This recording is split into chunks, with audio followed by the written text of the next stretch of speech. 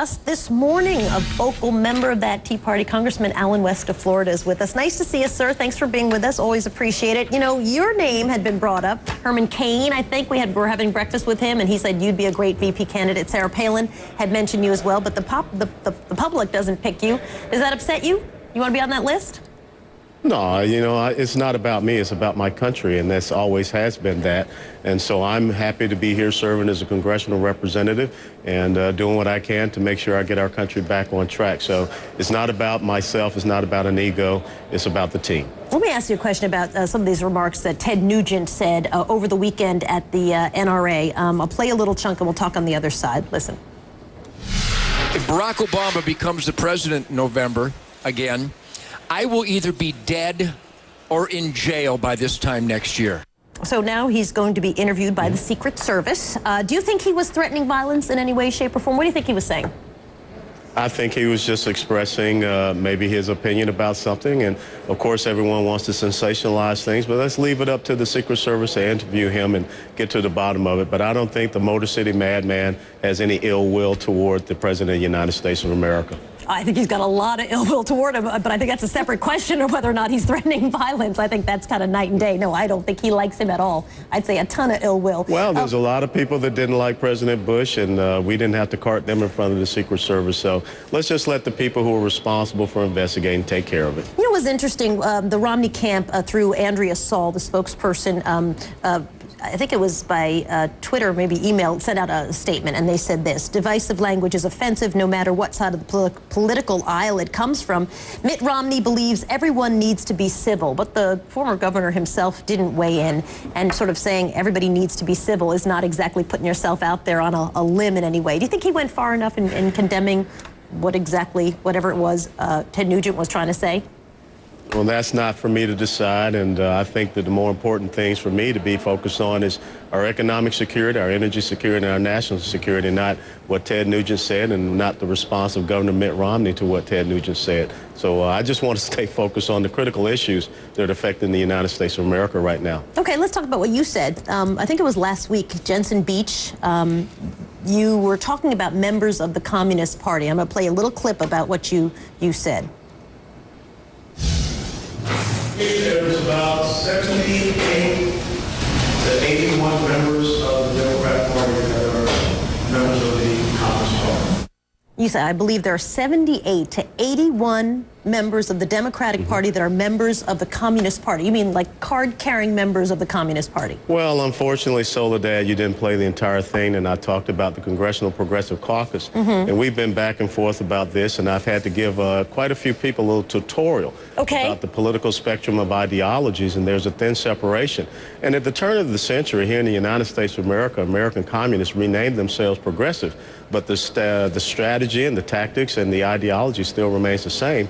And when you're a member of a caucus that actually wanted to have a constitutional amendment to redistribute wealth in the United States of America, I don't think that's in keeping with the principles and values of this country. So name names for me. Balanced budget amendment. Start naming of the 78 to 81. No, we do. I'm dying to know. Which are the members of Congress that are caucus?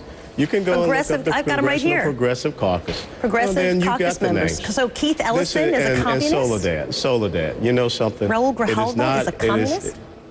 Well, look, I'm just talking about the fact of the ideologies, the principles that you believe in. Tammy Baldwin's a communist. Judy Chu is a communist. You can call it whatever you want. You can call it whatever you want. No, but I want to know what you're calling it. I'm talking about their beliefs.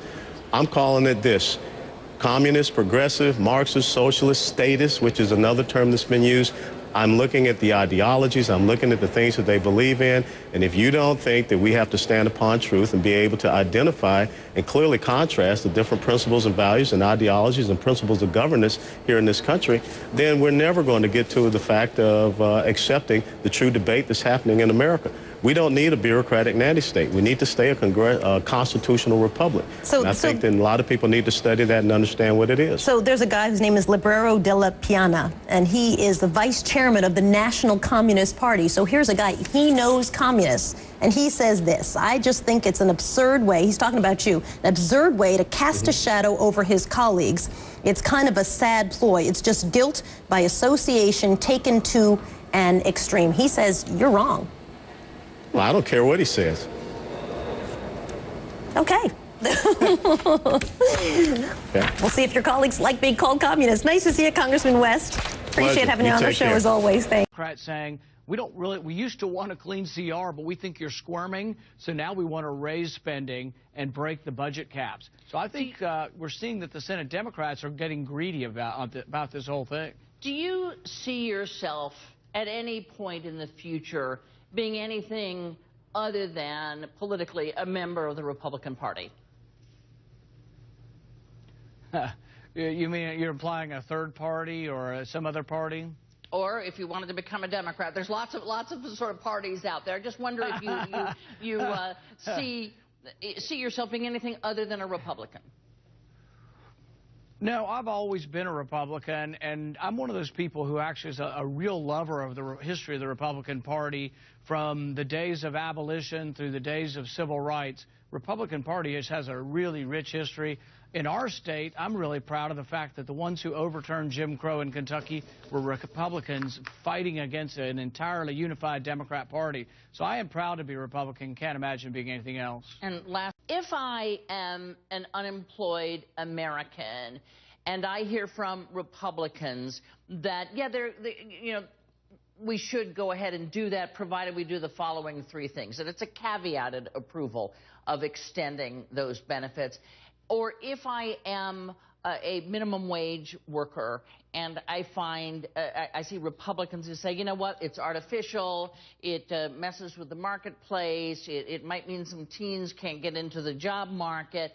Why would I become a Republican? How do you message that in any way to reach out to those who are disinclined to sign up for the Republican Party?